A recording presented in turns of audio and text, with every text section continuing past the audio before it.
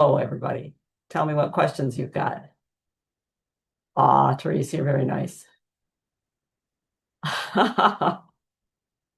Yeah, well, my alarm has been going, oops, better turn my phone off. My alarm has been going for a while. I keep hitting snooze. Oh, no, I'm not ready yet. I'm not ready yet. Today was one of those days. Okay, so this week we've been playing around doing things spending time doing things we maybe shouldn't do. Part of it when it was just so hot that there was no going outside, even going out early in the morning, it was just too hot.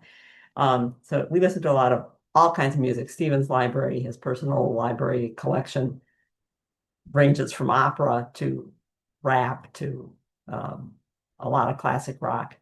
And he has very good speakers now, unlike when we in the old days. And I was laughing because we're listening to music we've been listening to for 50 years and have enjoyed. Take the Beatles' Savoy Truffle, for instance.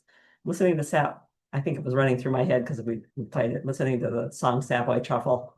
I don't want to murder it, but it starts out green tangerine, Montalimon, ginger sling with a pineapple heart.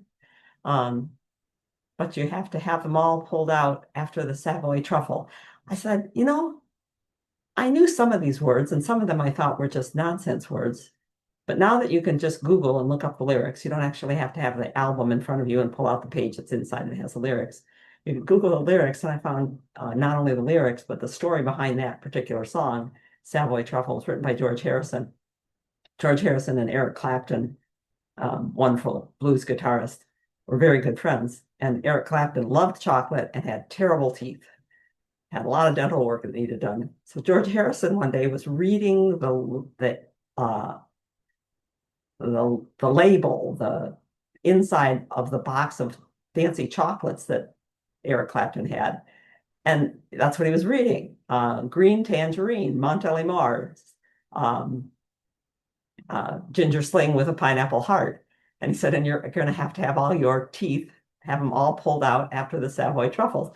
I thought, all this time, I never knew what that song was about. I just liked the sound of it and the cadence of the words and whatever.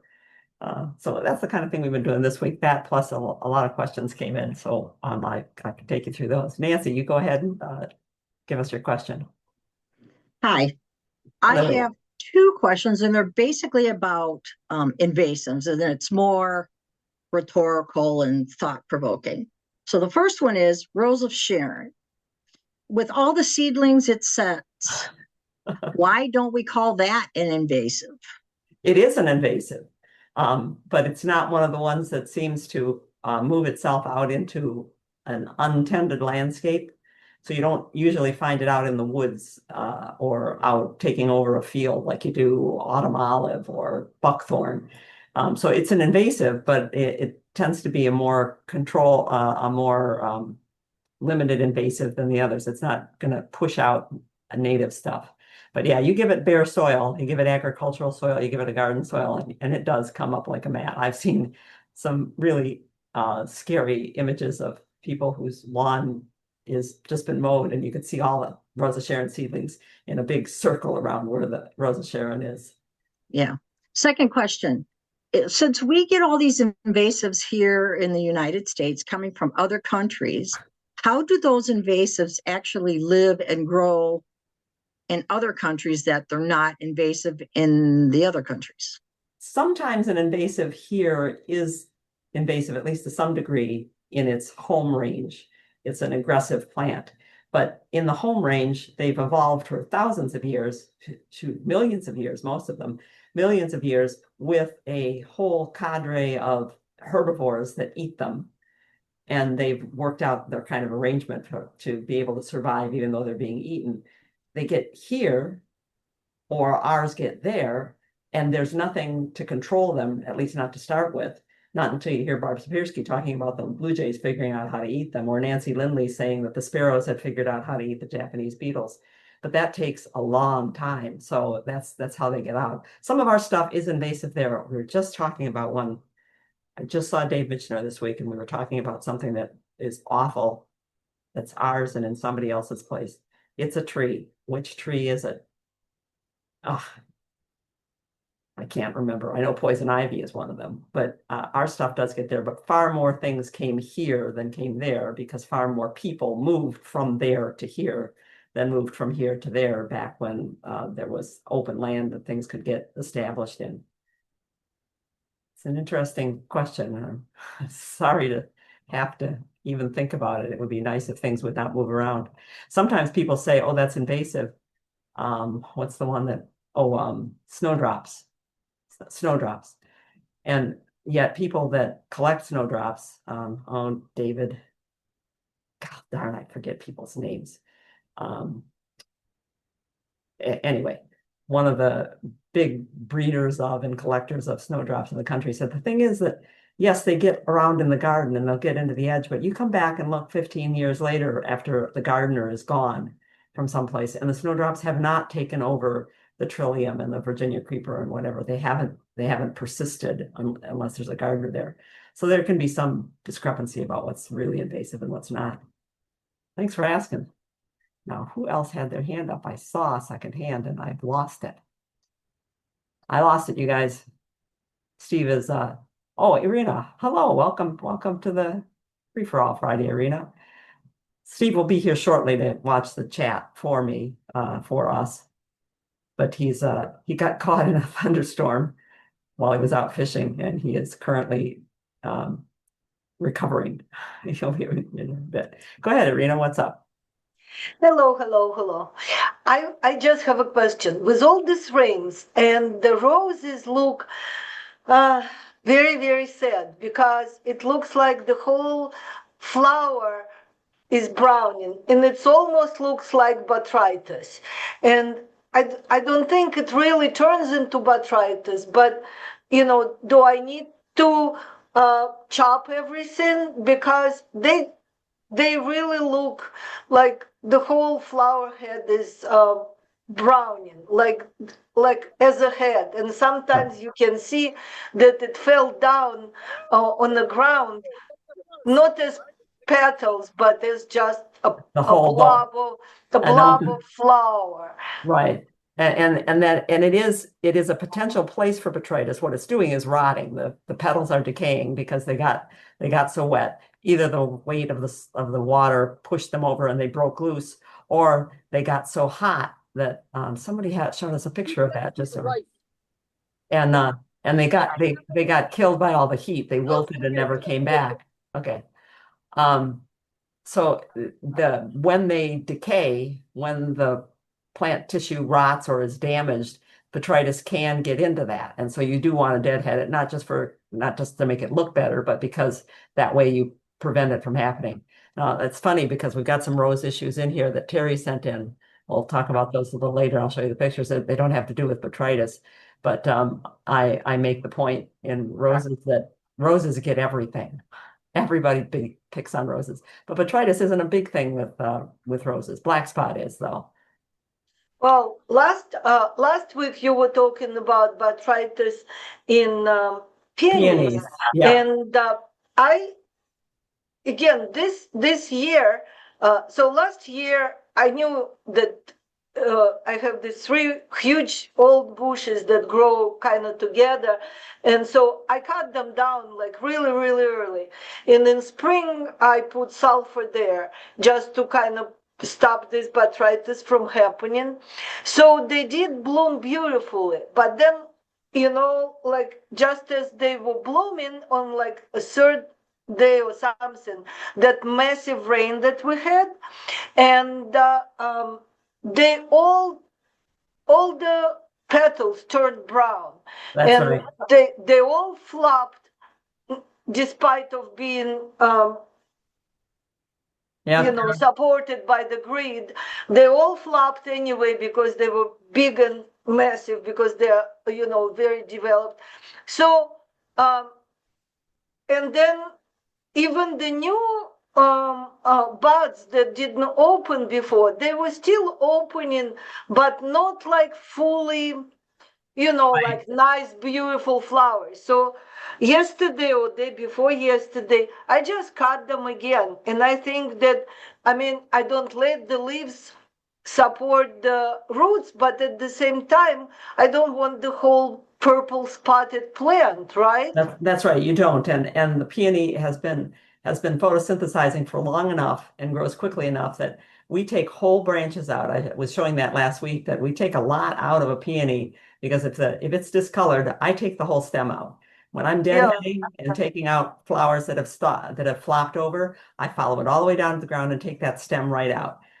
Most peonies, unless they're brand new and you bought a 2-eye peony in a pot and you want it to get bulked up, okay, let it have as many leaves as it can have. But when a peony is already large, they're only going to get over large if you just keep letting them build all the starch they can build. But yeah, they do. They get there in many books, many gardening books. There's kind of a running joke that if somebody asks you when peonies bloom, you say peonies bloom before the first hard rain of the spring because that happens Right. so often. Yeah. So should I put sulfur again now, or should I do it in spring? Spring is your better time to do it because what you want to do is protect the new foliage from Right. damage. And sulfur, for those who have not used it before, sulfur is one of the long time use fungicides. I mean, it goes back probably into Egyptian and golden era times. So sulfur is something you can mix up and use as a fungicide. It's another one of the ones that, because it's a fungicide, you don't want to inhale it, so stay away from it if you can. But it's a little less toxic and it's less sticky than the prepared stuff that you buy over the counter because there's no sticker put in it. Thanks for bringing that up, Irina. And so what about another one little thing, and maybe it's not little, and it's again about roses. What about rust? Because I have this Therese Drouin. It's a climbing rose, and it's a climbing rose that is good for partial shade. And this is where I have it. And so I know that in the description even it says that it's very susceptible to rust. So I noticed it in the spring and I treated it with copper and I pulled out a few leaves that were damaged. And That's for a good. while it was all right. But now most of it is covered with those Rust pustule. Right, rust pustule. rusty leaves. So should I defoliate the whole thing? What should I do with it? It's really hard to deal with a big rose, especially one like Rose Drouin with rust on it, because you should ideally take all leaves off that are infected because you can't cure them and they're just going to infect other leaves. But what you usually do when it's a bad infection is you pick up the ones as they drop and make sure you strip everything off of it in the fall and do as much pruning as you can in the fall and then protect it in the spring. Because all you can do is with a fungus, and rust is a fungus, is protect the leaf that's not been infected. This year we had such a long, cold spring that leaves were coming out and coming out and coming out. And until they come all the way out, they don't have a cuticle covering. And so they're more susceptible to that stuff. And this year there was a big window for them to get infected. We're seeing it in trees. There's a lot of anthracnose in sycamores, for instance. Their leaves look just terrible. They look like they've gotten scorched on the edges and have holes in them, and it's because they just had such a long period of time to get infected. I should be keeping track of the time. Oh, we need to get started. So there are pictures about that. And thank you, Carol Petard, yes, it's David Culp. When I think of David and his bulldogs. And I think I've lost your last name because of your cute bulldogs that you have. So we'll go ahead. I hope you were looking to see that if you're new, keep your microphone and your camera turned off as we go along here. Okay. Oh, Good hi, evening. Stephen. Nice.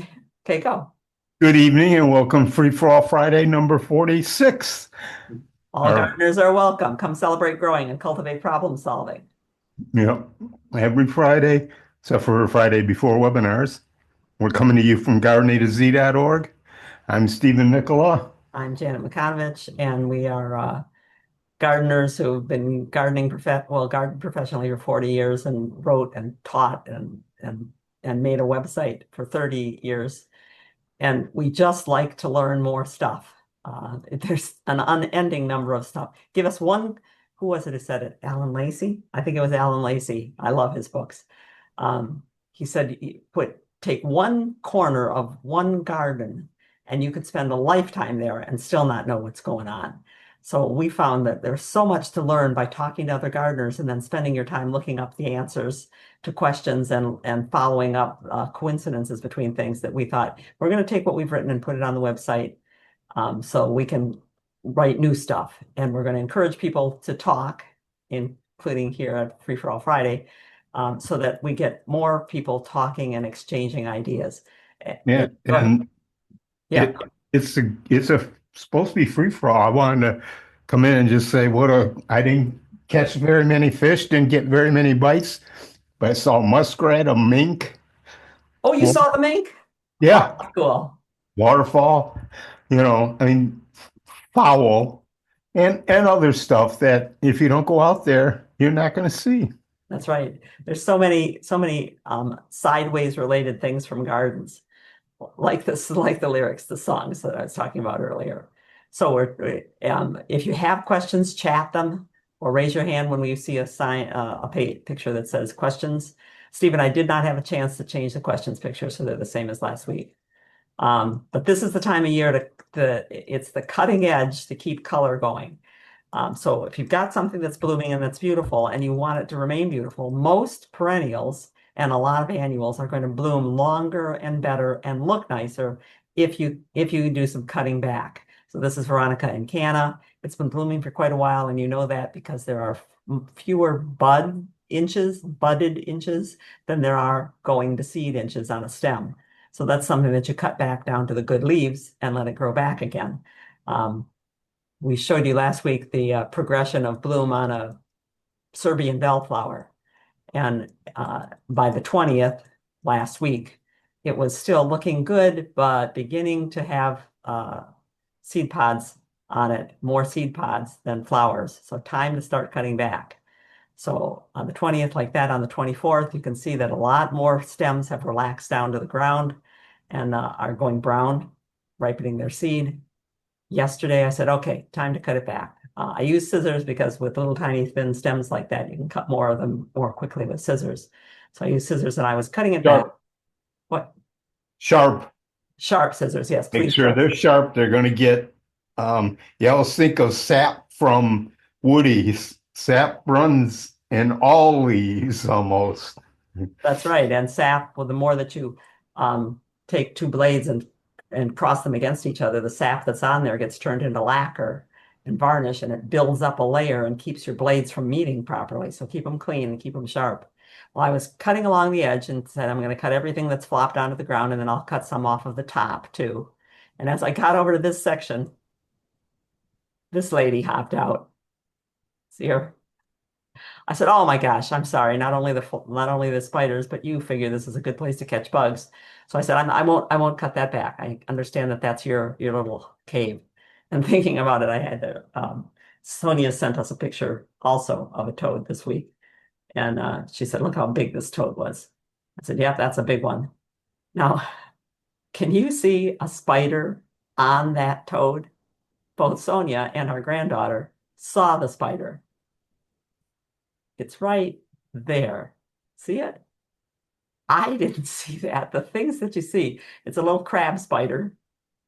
There's lots of different kinds of crab spiders. Hitching a ride. If the toad doesn't eat it, the spider's going to eat it.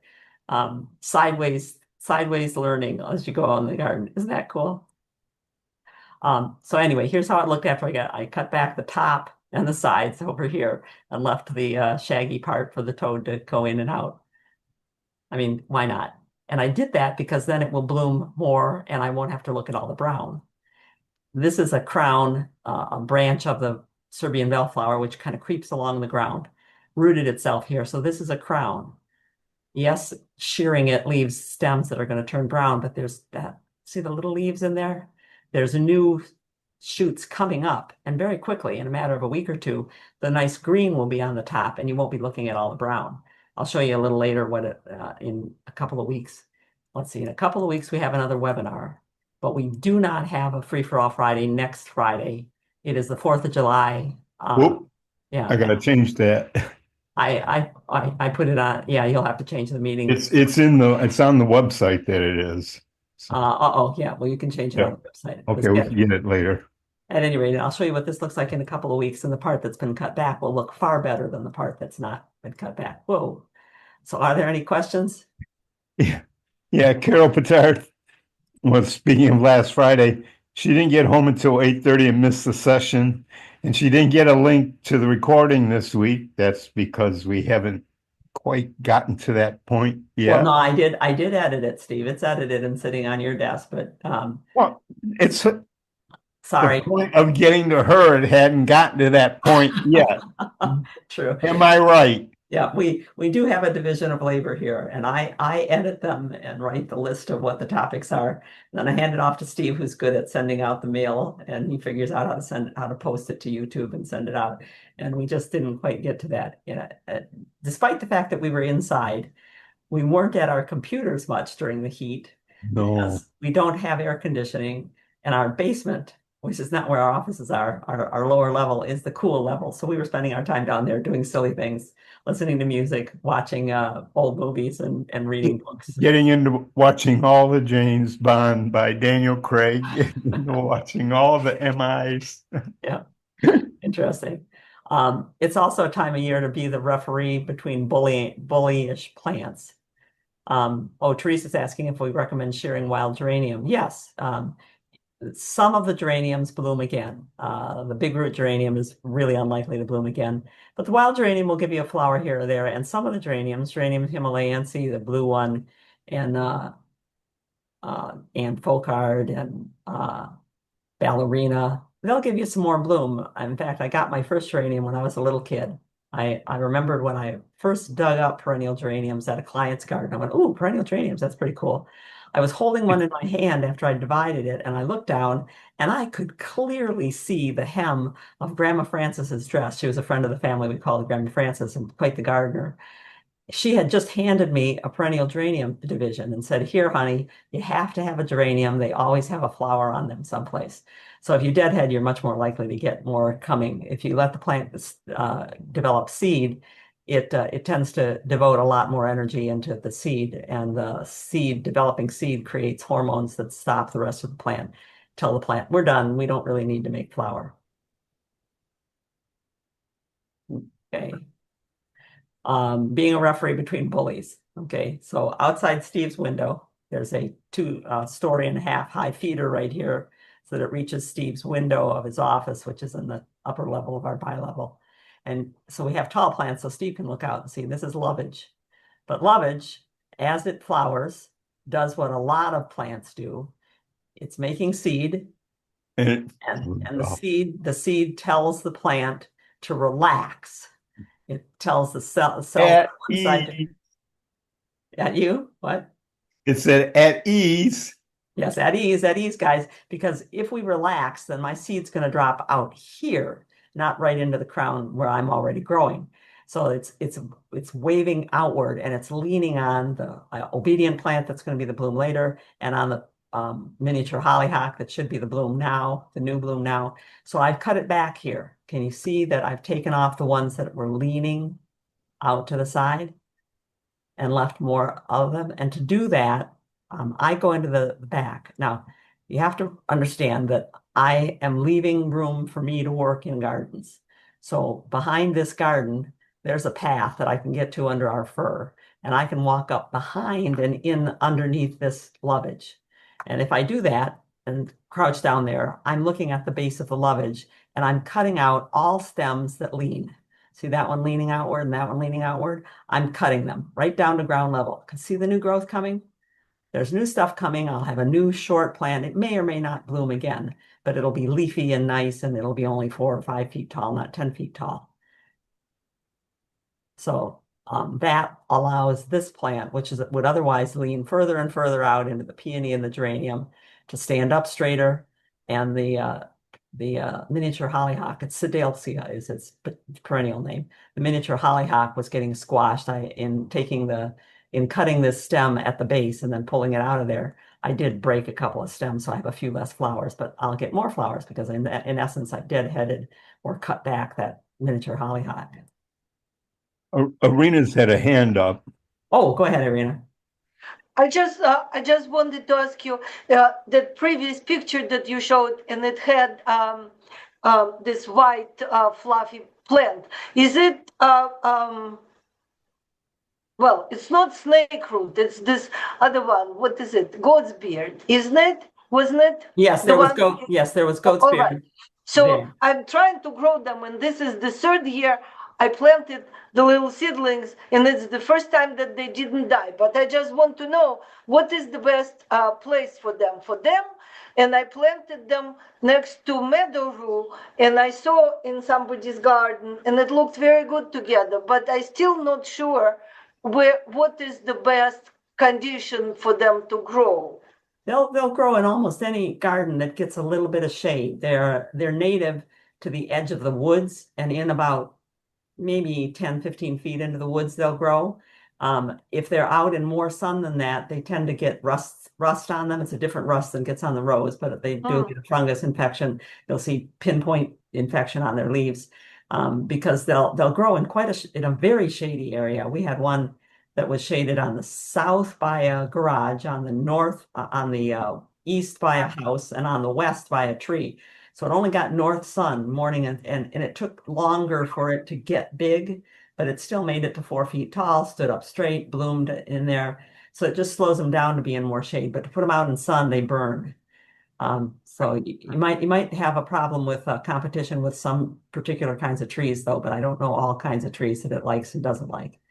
It's been What fine. else look good with them? Like if I have this purple stem meadow rue and a goat's beard, what can I add to it to just I like to grow low mounded things like the geraniums with it, or things that bloom later, like toad lily and the late Chinese astilbe, which has a smaller leaf and kind of creeps on the ground. There's Chinese astilbe right at the edge of the picture over here, so they don't bloom until August. But I like to use things with either bigger leaves or smaller leaves, and either shorter, mounded, or upright. So your thalictrum, your meadow rue, is a good choice. If it's lavender mist meadow rue, it blooms later. It's yes. lavender mist needs more moisture than goat's beard needs. Goat's beard's fine if it gets more moisture, but it doesn't need the moisture that lavender mist meadow rue needs. Lavender mist meadow rue, if you don't give it a lot of moisture, it's only going to be 4 feet tall. If you give it a nice, constantly moist woodland soil, it's going to be 6, 7 feet tall and spectacular in July and early August. So then I can see that you have hosta there, so the hosta and probably hellebore for spring will be good there, right? Sure, yes. Rodgersia, if you've got if you've got enough moisture for a thalictrum, you can probably grow the Rodgersias. They look really good with goat's beard. Great big leaves. So same thing with the Bergenias.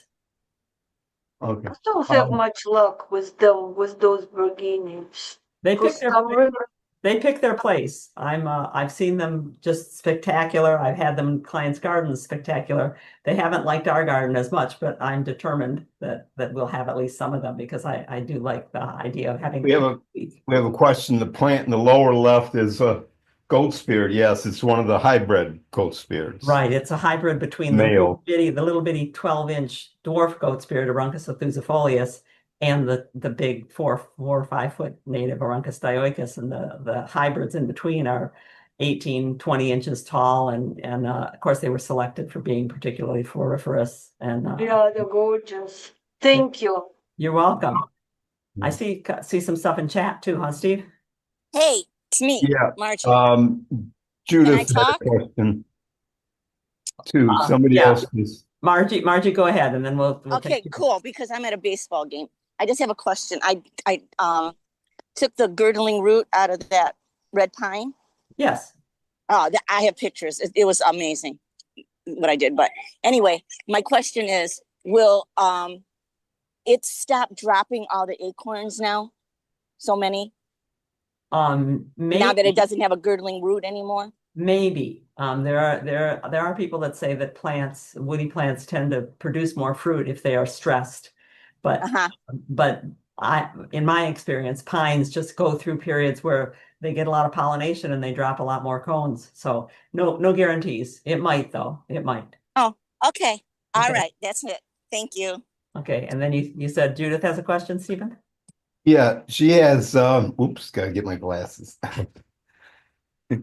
She has a medium-sized rosemary in a pot, which she has successfully overwintered and has grown it for a while this spring.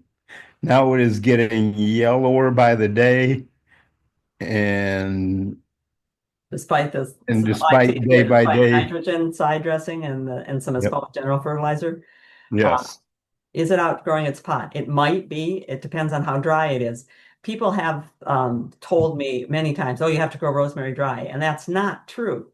If it's got lots of light, like even if it's indoors in the wintertime, and normally people say, "Oh, don't water it, grow it dry." If you have it under grow lights or you have it in a good place outside, it likes a moist soil, so it may simply be drying out. It may also have outgrown the pot. And if it has outgrown the pot, it needs the same amount of water, but it needs it more frequently. It'll dry out in 2 days rather than 3 days. So I would just test the soil, put a probe down into the soil and see if it's moist further down. yep. As you might find that you've been watering the same amount that you've been watering all along, and it's using that water up more quickly. The more leaves it has, the quicker it uses the water. Okay, that's so And far. you know what? Lori's got a good question. Oh, just popped up. Yep, and it goes with something that I want to clarify. So I'm going to get this one out of the way too. Okay, Lori, you're planning on giving a haircut to some branches. And is it okay to do it tomorrow? Is that the question? That looks like it.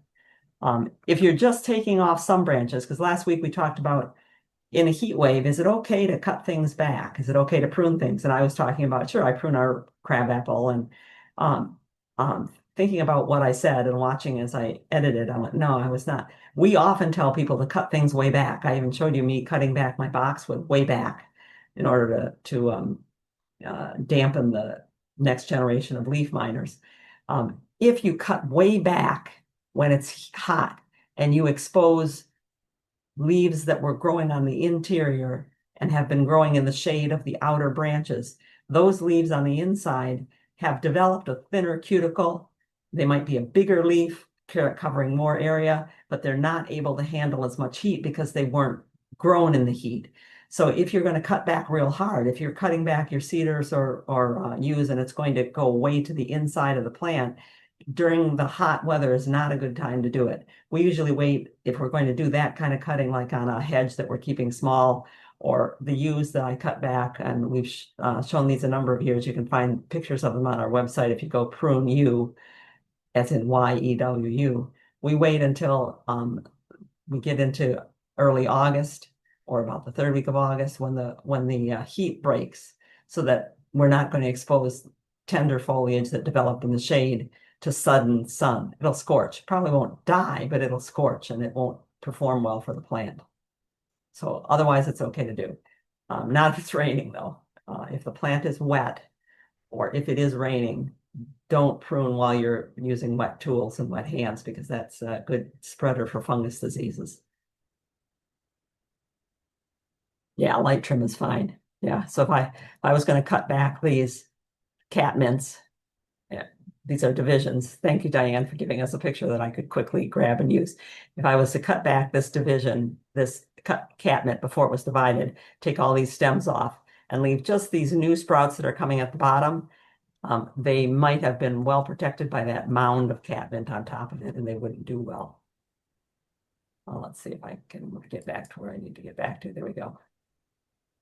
Okay, bullies, deadheads. Some people say, well, it's simpler. We just deadhead them. You can wait and cut them back later. But if you wait and cut it back later, my son and his family love putting flowers around their deck, all kinds of flowers. And they've only been out there for about, I guess this is the third week they've been out now. But they don't like to deadhead. It is a tedious thing to do, but you're looking at a lot of brown accumulating as the seed pods on these million bells and the petals that have finished blooming turn brown. And you're encouraging the plant to put its energy into making seed rather than making new sprouts coming further back on the branches. So deadheading is a good thing to do, is to take that plant and take off the seed pods. The seed pods are behind the flower. Almost all of the plants that we grow as annuals bloom in a terminal inflorescence, meaning that the tip keeps blooming and the seeds form behind on the branch. So those seed pods have to come off. I see people deadheading million bells and peonies where they just grab the flower as it's flopping and they pull the petals off and they say, there, now it looks better.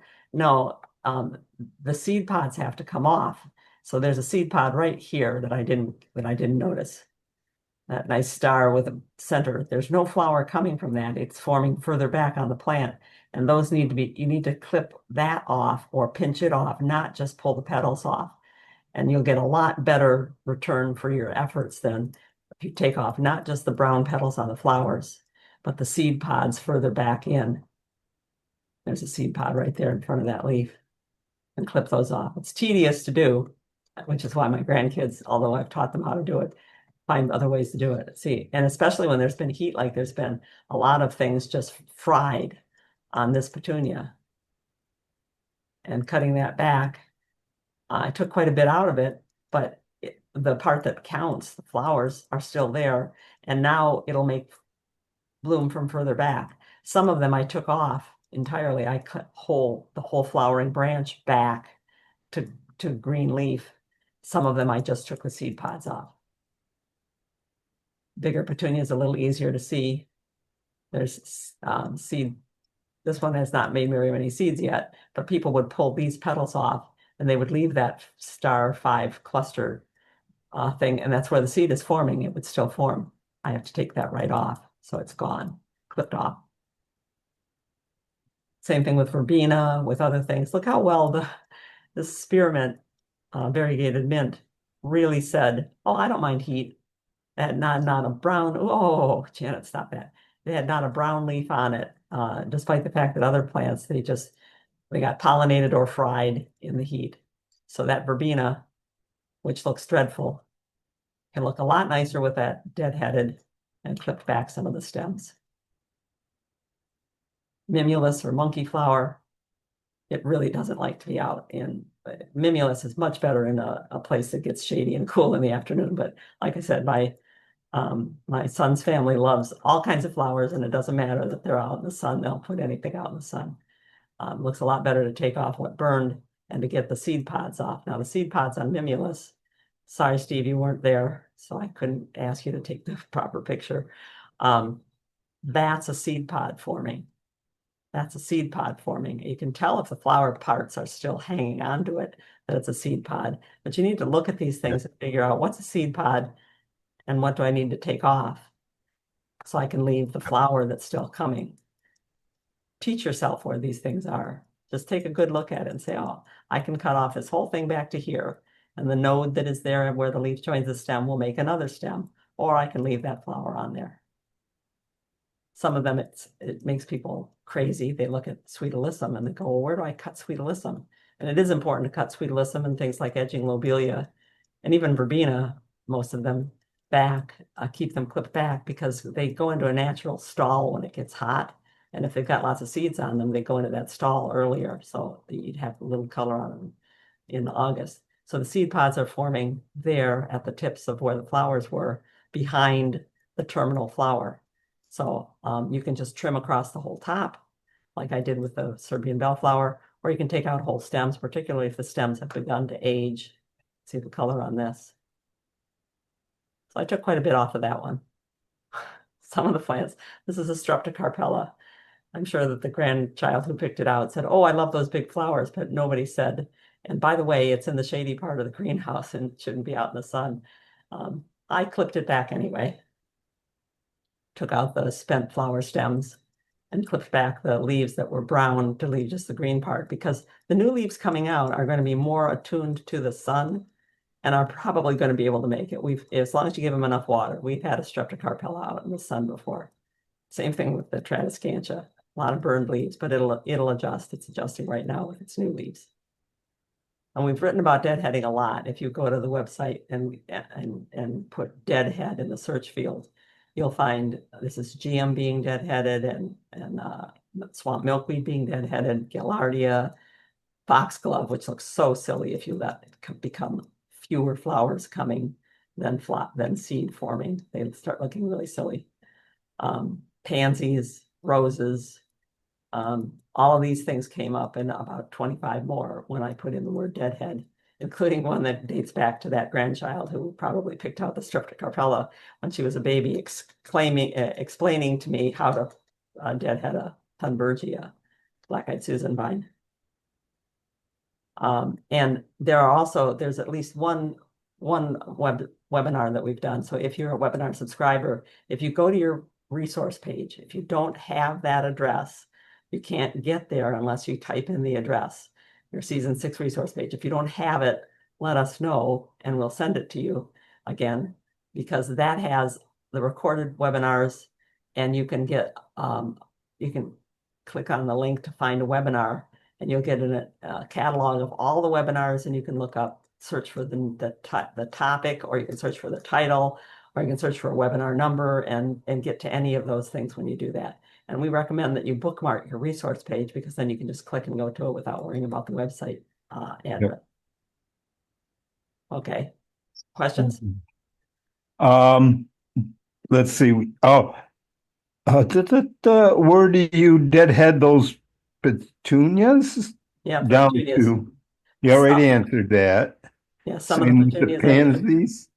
And the pansies, there's a whole article showing people, here's what Okay. people say, I don't want to cut out any buds. Well, you can tell a seed pod from a bud if you look at it. And there are pictures that Steve took, very nice pictures in a lot of these articles. But yeah, the pansies, the petunias, some of the branches I cut back the flowering stem and said start over. And others I just took all the seed pods off that had already formed. Also, Lori takes her flower stalks off the hostas. Any benefit to doing that?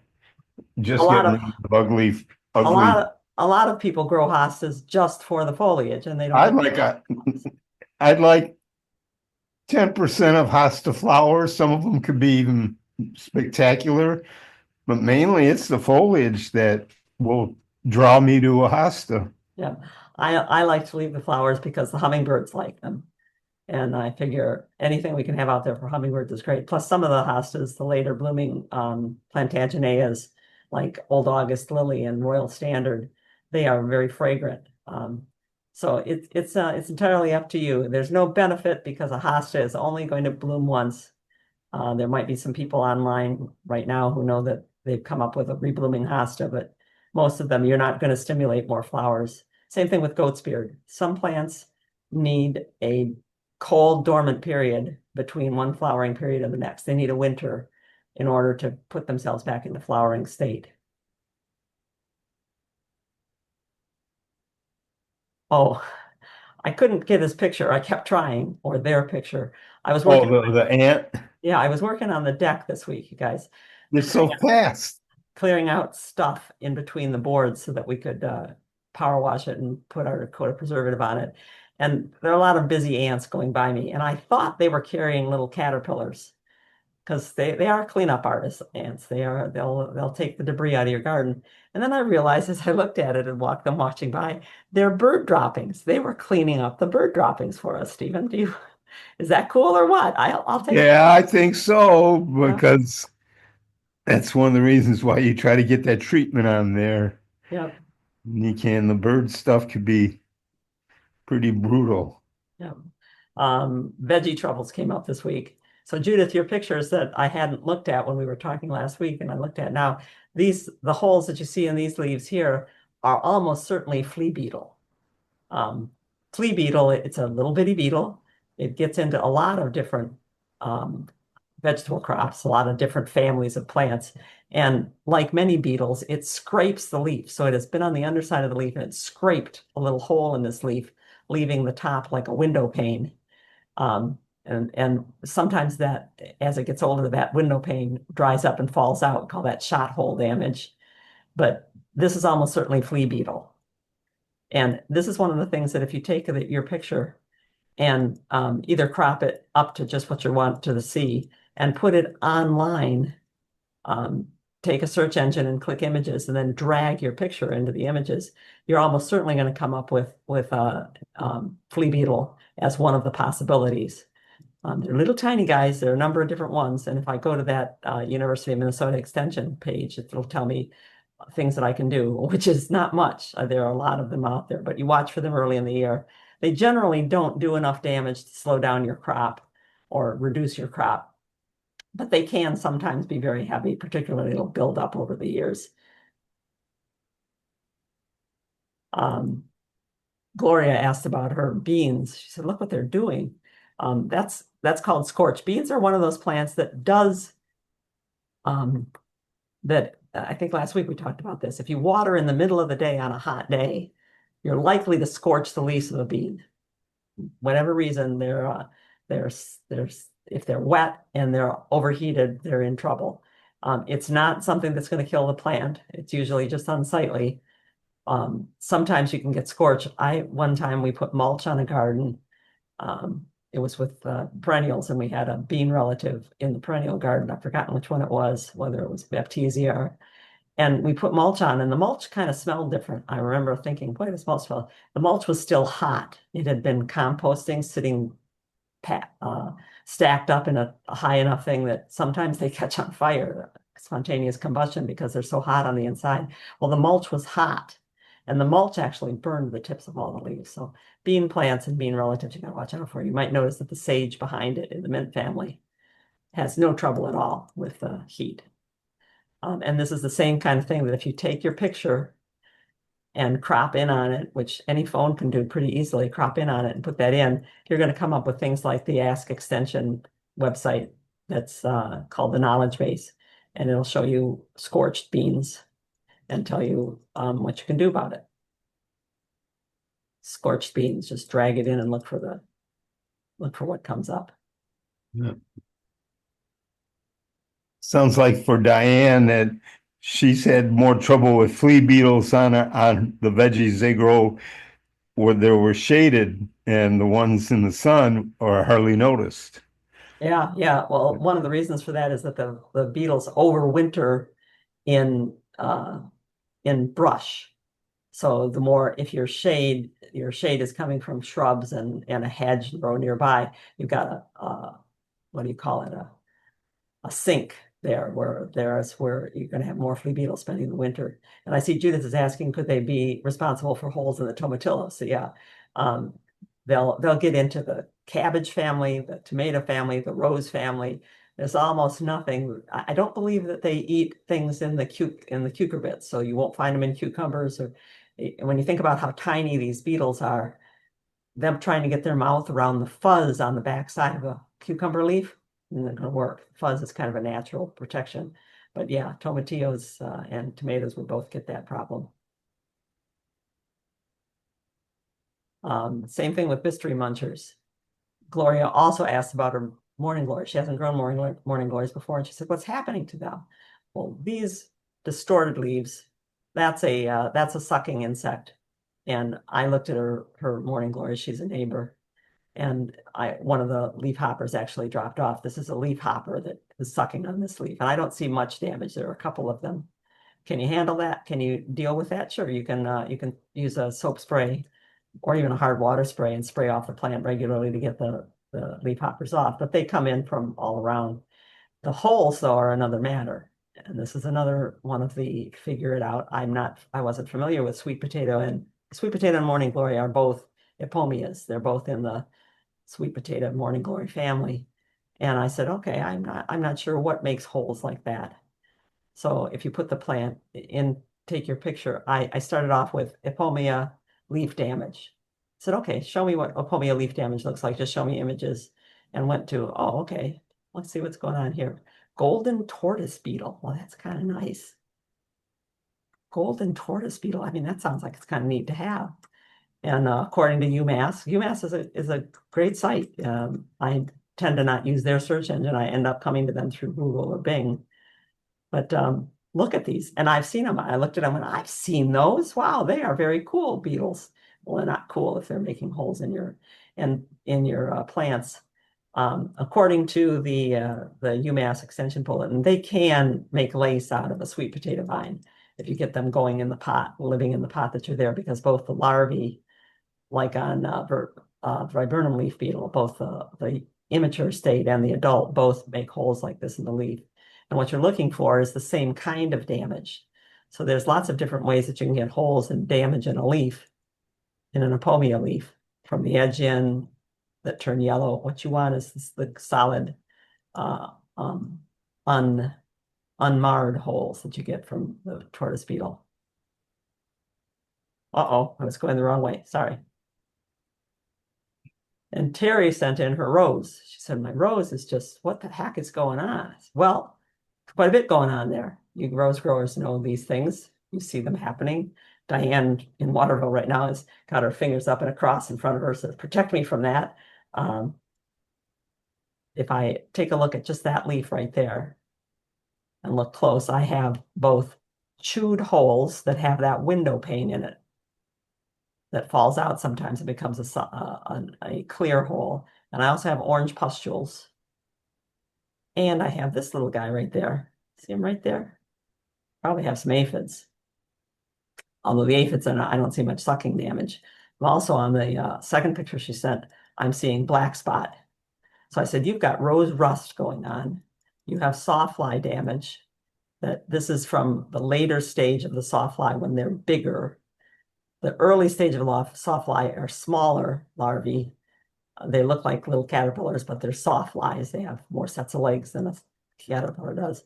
They scraped the leaf and made that damage. And then as they got bigger, they were able to eat in the inside. And notice that they eat the inside of the leaf. They don't start at the edge and move in. A lot of caterpillars hang on to the leaf blade right here with their feet, and then they eat the leaf from the outside in, and they'll eat the whole leaf off. They it almost I lost my train of thought of how they did their pattern. Like they said, okay, we have to treat for rose rust A, B, C, D, and it actually is the opposite. That they would treat for the later one early because they misread or something. I'm not following. I'm not following. Nah, but homeowner good. Okay, the rust is a fungus, and it infects the leaves early on, and it was a great year for rust this year. Because there was so much cool, wet weather, and that's something you watch for early in the year, or you use a fungicide if you know that the plant is susceptible to it. And when it gets to this stage, you start taking off whole clusters of leaf. This leaf is going to infect the rest of the plant with black spot and rust. So you're going to take that whole 5-part leaf off back here and let it grow a new leaf. Once you have a name, so sawfly, also called rose slug, and sometimes rose slug is written as one word. Once you have a name, because you put in a picture, then you can look it up and find Missouri Botanical Garden, and just about every other extension has a bulletin that shows you, yeah, and you go, okay, I need to look for those guys early on. And you can squish them, you can spray for them, you can use a systemic to make the plant that when they get a mouthful of the leaf, they get poisoned. But you have to get in there early in the year. And because we have exotic rose slugs, we don't have just our native rose slugs, but we have like the bristly rose slug that came in from Eurasia. We have several cycles of rose slug. It used to be just first thing in the year you watch for them. Now you have to watch for them all year long. But the whole rose family, cherries, plums, apples, crab apples, they're all in the rose family, and these can live on all of them. Our wonderful Joe Boggs down at Ohio State, he always has something about it and good pictures that you can find. Now, I want to say, though, that roses are in trouble now. And I asked Terry, and she's going to look for me. There we go, we can see here. I asked her whether her rose always had little prickles as well as big thorns, or is it now getting prickly? See that one section, all prickly like that? That's one of the symptoms of rose rosette virus. And if this plant is virus infected, it's weaker, and it's just going to open the door for more things that find it tasty, because it's not able to create as many chemicals that resist these things. So I told her, I said, look for the underlying problem. Maybe this area is getting shaded and it's stressing the rose. Maybe there's something else going on with its roots. Maybe it's got rose rosette, but that's a lot of problems. Poor roses, everybody fix on them. And rose rosette is spread by sucking insects like aphids. That's one aphid here or there is not enough to really hurt any plant. But if that aphid is sucked on a plant that has rose rosette and then sucks on your plant, it's going to infect it just like malaria gets spread around. The same time that Terry was wondering what was going on with her roses, Julie was wondering what was happening with her dogwood. No, not dogwood, redbud. This is a golden sunset redbud. It leaves out orange, then turns yellow and stays yellow all year. For anybody who thinks that redbuds are little trees, please be advised that this weeping birch is about 9 feet tall. So this is 9 feet, 18 feet, 20 some feet tall. It's a big tree and it's one of her favorite trees. She says, I'm really worried about it. It lost a branch and it looks like it's going to lose another one. It's hanging down and it's got little leaves on it. I looked at that picture and I said, she also sent me pictures of the leaves. We'll get back to those later. But I looked at that picture and zoomed in. Thank you for full resolution pictures so I can do that. Do you see the damage on the trunk, on the bark? When you damage a branch, even if it's still a young twig, if you damage a branch and you kill part of the cambium, unless the tree grows very rapidly and seals over the damage, then you've got an opening. You've got a place where what should be the cambium that goes clear around the branch and makes a solid cylinder underneath the bark of new wood every single year. You don't have a strong branch. And fungus infection, which gets in when maybe this was scraped when it was just a little branch. Maybe redbud leafhopper was laying a bunch of eggs in that part and damaged it, but it didn't heal over, and now the bark is lifting off of it. That's a weak spot. I was given the great example one time, and I'll give it to you, that if you take a cardboard tube, like from a roll of paper towel or from a rug or something, and you stand it up on end, you can put a book on top of it, maybe several books. If you balance them, that tube is going to hold their weight just fine, the solid cylinder. But if you put a split in it longwise, especially if that split gets bigger, you put a book on top of it and it's going to, the whole thing, once you blow like wind across it or move the book around, once you put some torque on that, it's going to break the branch. So if you've got young branches that are damaged, it's better to take them off than to let them stay for later. I told her the tree's not in trouble, despite the fact that you've had something chewing on it. That's not enough damage on one branch and maybe some of the leaves here and there. That's not enough damage to seriously hurt the tree. But I said, okay, let me see what could do it. I started out a different way rather than going to the internet and taking in a picture of the leaves, which if you took this leaf and put it in, it'd tell you redbud is one of your options. I mean, it figured it out. But I looked into our textbooks and I looked up redbud and insects that live on redbud. And one of the ones that I found was called red-humped caterpillar. I said, oh my gosh, it could be a caterpillar. And I looked at the red-humped caterpillar. So I took from my book the name of red-humped caterpillar, put it into images and said, Google, tell me what they look like. And what I was looking for is not so much what the red-humped caterpillar looked like, but what does it eat like? And see, it eats like a caterpillar from the outside in. And if you look at those leaves, they were chewed from the inside. I said, okay, it's not this guy.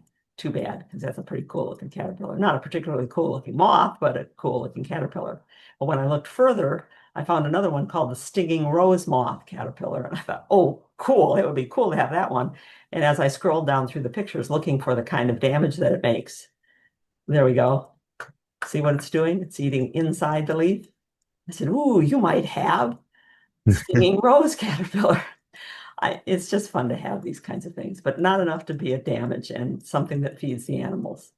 Most caterpillars that have bristles on them, by the way, yes, can be irritating to your skin. People say, oh, that's poisonous. Well, not. It's toxic to I think I got a picture of one of them buggers. You have one called the spiny rose slug that was It was in Highland Rec. Yeah, that was the spiny rose slug. Well, that was scary. Yeah. Are there any new questions? Lori said she did spray her sweet potato vine with insecticidal soap, how often should I spray and should I do anything else? Pluck the holes of the leaves off, or are they just goners like all The golden tortoise beetle is gonna get them, huh? The damage to a leaf. personal choice? Yeah, if the leaf is only damaged to a certain extent, the plant won't turn it yellow and drop it. It'll just stay there with holes in it. The thing about knowing the beetles is if you look them up, look up golden tortoise beetle, or for that matter, most of the beetles, you'll find that they live on the underside of the leaf. So it's important that you spray the underside of the leaf, and soap spray doesn't kill them by ingesting it. If they eat the soap, no big deal. Soap spray kills by coating the body with soap, and it dries out their exoskeleton, and their exoskeleton is all that they've got to support themselves. We have bones. They just have an exoskeleton. If you dry out that exoskeleton and it cracks, they have no support and they die. If you use an oil-based soap like Murphy's Oil soap or Less Oil, or some of the dish detergent soaps are oil-based. No, they're not oil-based. They have forgotten the word, something that breaks up oils. If you use something that's oil-based and spray that soap on, that oil plugs up the breathing pores in their exoskeleton and also suffocates them, but it needs to contact the insects that are out there. So you need to be spraying the underside of the leaf. And probably you want to watch for where they're breeding, because they're breeding maybe in the pot, under the pot, in a bush nearby. So you might need to watch for other damage happening elsewhere and control the other damage too, so that you cut the numbers down. And the plants are usually not goners from their normal insects. Surfactant. Oh, Carol, you're wonderful. Thank you. Yes, a surfactant. It helps break up and carry the ingredients into water more easily. Arena has a hand up and has for a bit that I just noticed. I Oops, apologize. sorry, Arena. Go ahead. I have million questions today. One question going back to that heading, penstemon doesn't rebloom, right? So there is no point to that headed because the pods are very cute, correct? I have to make you back up a minute because I don't know where my head was. I missed what plant you're talking about. Penstemon.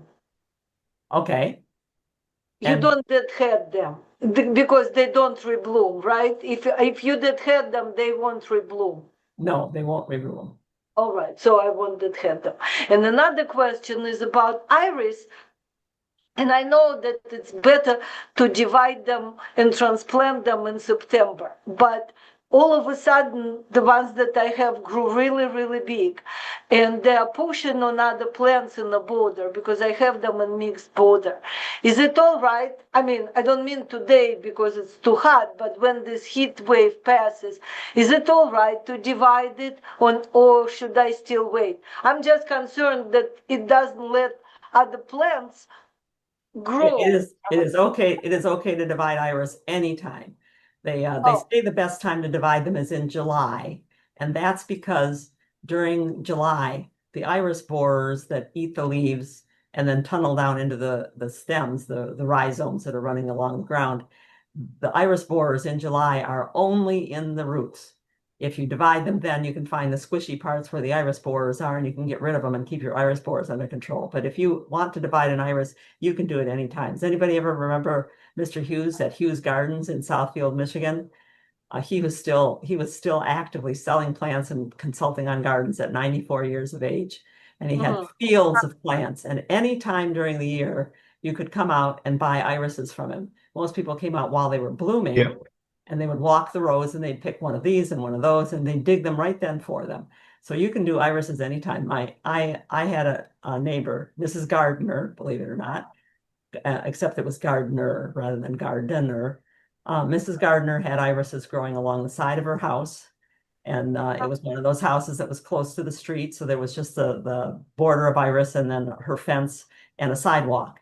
And she would divide the iris every single year. She'd divide some or all of the irises, and she would lay them on the sidewalk to bake, to kill any borers that she hadn't caught. And she would tell the kids in the neighborhood, and we would listen. Why would we listen? She said, you walk on my irises or ride your bike on my irises while they're out there baking on that sidewalk. I mean, we'd go out in the road and go around because we knew Mrs. Gardner was not going to put up with us smashing her irises. So you can do them anytime. All right, great, thank you. Okay. Cherry is a rose family plant. I told you last week about aster yellows and how your entire aster family, which is a huge family in most gardens, is susceptible to the aster yellows virus. Well, this is a fungus problem of cherry tree that Mary Ellen sent in. She said, I saw this on my daughter's cherry tree. Is that a gall? Yes, it is a gall. It's called black knot fungus because it tends to be quite dark and builds up a knobbly knot.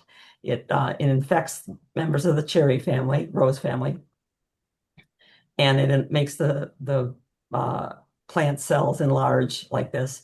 And you need to prune it off during dry weather. It's easy to see it in the winter time.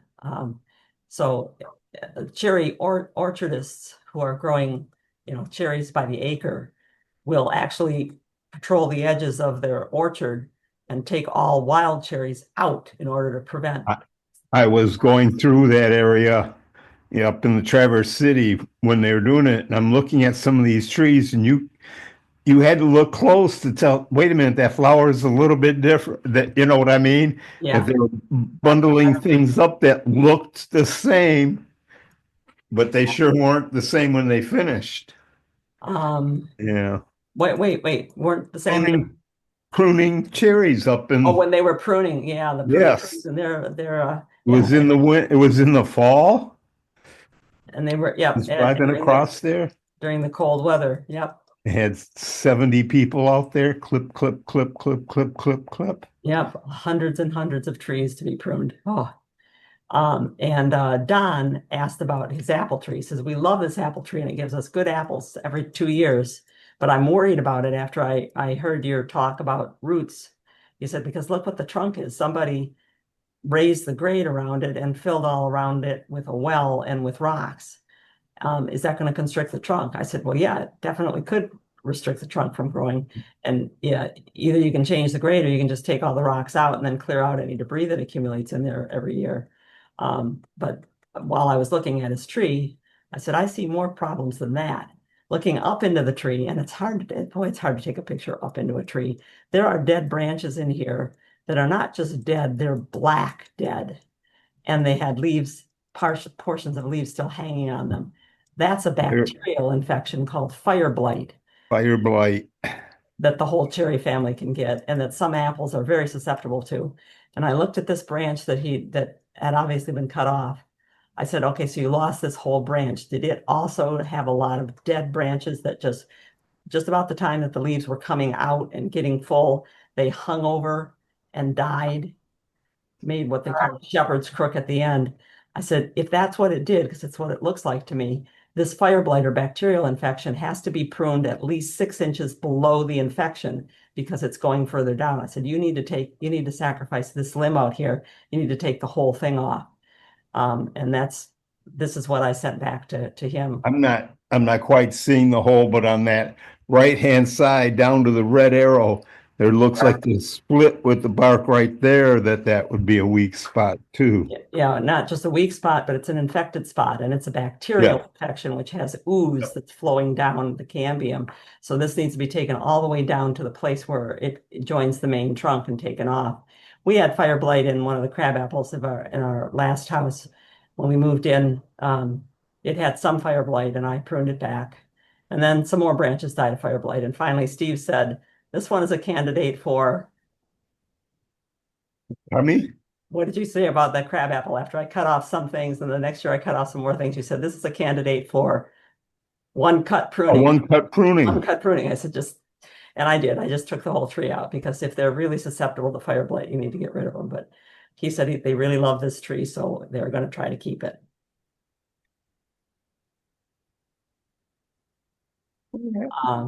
I've been doing some weeding when I get the chance.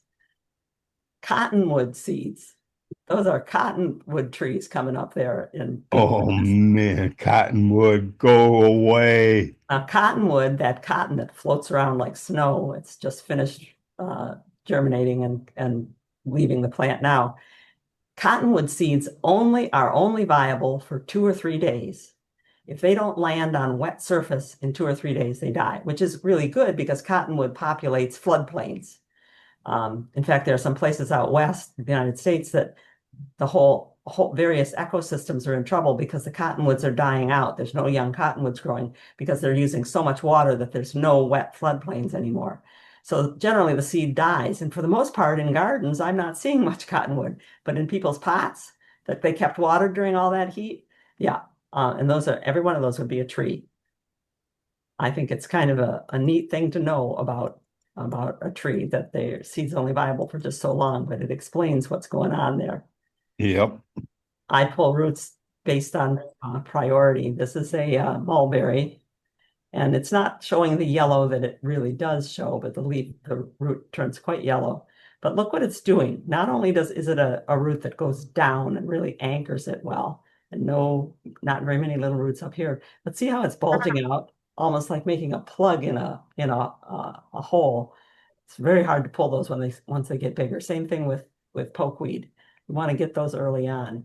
And then you get sneaky weeds like the prickly, no, not prickly, sow thistle, that you think you've got the whole root, but really there is a very thin horizontal root running down here that you need to get. And since you didn't get it, and it's hard to get that thin one that breaks off, you need to mark the spot and say sow thistle was coming up there and come back and watch for it.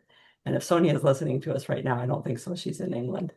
But if Sonia was listening to us right now, she'd say, yeah, for like 5 years. I said, yeah, well, you've got it in the neighbor's lawn, so it's going to keep coming back into your house. Box elder forms a fibrous root system, but deep down, so they're hard to pull. Barberry has a yellow root. Bittersweet, it's just beginning to develop its orange root. I just think it's fun to learn some of these things about plants. I told one of Steve's professors, Steve has a degree in horticulture. I just have the dirty knees.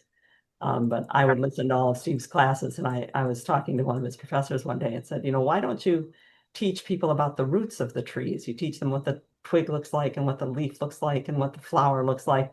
Why don't you teach them what the roots look like? And he laughed. I think he thought I was joking, but I think we should pay attention to the roots, more attention than we do. Whoops. Sorry, that's my fingers. And I already clarified about cutting back in a heat wave. If you're going to cut back really hard, like we've shown you can do and cut things all the way back and expose the interior, you're going to want to shade that plant during the heat wave because those interior leaves have to get accustomed to it, to the sun and to the heat, the same way that a house plant coming out in the springtime needs to spend some time in the shade, or your new plants that came out of a greenhouse need to spend some time getting accustomed to the heat and the sun. Sonia sent this. I hope you're still there, Sonia. This is Sonia Sauter.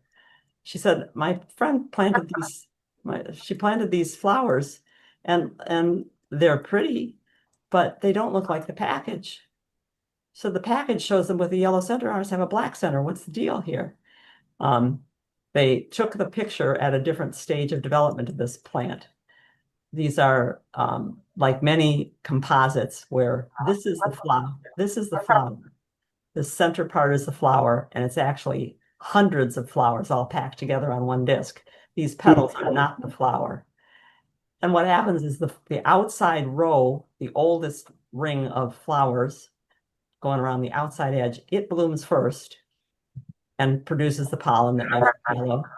After it blooms and gets pollinated, the next ring blooms, and that continues on inside the same way as you see the youngest part of the coneflower is the center, not developing yet. The older part of the daisy has already bloomed. These flowers have bloomed, been pollinated, and are turning brown, and there's still buds coming in the center. So ring by ring, it's turning yellow. Same thing going on with Gaillardia, another composite. Orange pollen on the outside, but not yet open on the inside, but they will be open all the way and brown all the way. So your flower package, the picture was taken, or maybe even photoshopped, when the whole flower had bloomed. I think they photoshopped it because See, there's not much brown showing on the outside of this one. And yet the center is already yellow and showing pollen, where this one, see the brown, it's finished. So I think they probably photoshopped it. They have to do that to convince us to grow, but that's the way that that goes. Okay, that's it. That's all I have. If you don't have questions, then we are done. We are finished. All done Oh my for. gosh, and it's 8:01, so we're right on time. Ferns are taking over. I have just finished about 5 years of getting rid of ferns, and still I patrol for them. You dig them out Religious. and repeatedly go back and find where they're coming up and dig them out again. It's difficult to do with the aggressive ferns, ostrich fern, sensitive fern, cinnamon fern, the spreading ferns, hay-scented fern. I like to grow the ferns that stay in a clump. Lady fern, leatherwood fern, Japanese painted fern, royal fern. There are ferns that stay in a clump, and if you want the ferny look, those are the ones you want to head for. Otherwise, you have my sympathies because I've been there a lot. Thank you, everybody, for being here today. And do keep in mind that. Oh, there's a hand up from Therese. Too late? No, go ahead, Therese. Hi, just real quick. I'm pretty sure that my 30-year-old rose bush does have the rosette disease, rose rosette. So I am going to dig it out. And is it real important that I get all those roots out? The whole plant is infected with virus. So some extension bulletins do say take out all the soil, but it has to be a sucking insect that moves between the two of them. So unless you've got insect root problems like root knot nematode, I wouldn't worry about getting all of the root, and you can still plant another rose there. We've done that. We have a client that has to have roses despite rose rosette continually infecting his roses. So we dig them out and put in new ones. And they're not getting it from the roots. They're getting it from the roses growing in the fields nearby. Okay, great. Well, thank you very much. And I also planted common milkweed a few years ago and decided that it's way too invasive. So I did the 12 by 12, digging it out as much as I could. And of course, I literally pull out 5 to 10 a day. Yes. That come up still. Now, if I just keep doing that, eventually will I get all the starch out of the root? And if you are, you can starve it out if you are very aggressive. We just finished 2 years of doing that, and my son was very good about going out every day. He'd walk with his coffee and pluck milkweed out. And I declared the bed clean enough, but there was still one piece of milkweed, a little one, but in the first area that we put it, that's a native invasive plant, and it deserves it. So is swamp milkweed not quite as invasive? No, swamp milkweed moves around by seed rather than by root, and I'd rather that move around by seed. I can handle seedlings a lot more easily than I can that running root that goes on forever. Okay, great. Thank you so much. You're welcome. So that's it for Free for All Friday this week. Visit us at gardenaz.org anytime. It's not too late to subscribe. We're coming up to July 12th, when Barry Burton from Detroit Parks is going to talk to us about crowd pleasers in the high summer garden. And he is a delight. You'll remember him from last year, those of you who subscribed last year. It'll be a lot of fun. That's on July 12th. Our next Free for All Friday is July 18th because we're taking the 4th of July weekend off. So add up your questions, but you can always text them to us. Our phone number is on the website. If you go in there and put in 248, find 248, you'll find where we've got it. Or you can send them by email. We always answer everything that comes in, either here and to you, or sometimes just to you. Thanks for being here. We enjoyed it too, Diane. Thank you. Okay, Steve, let's sign it off. Talk to you later.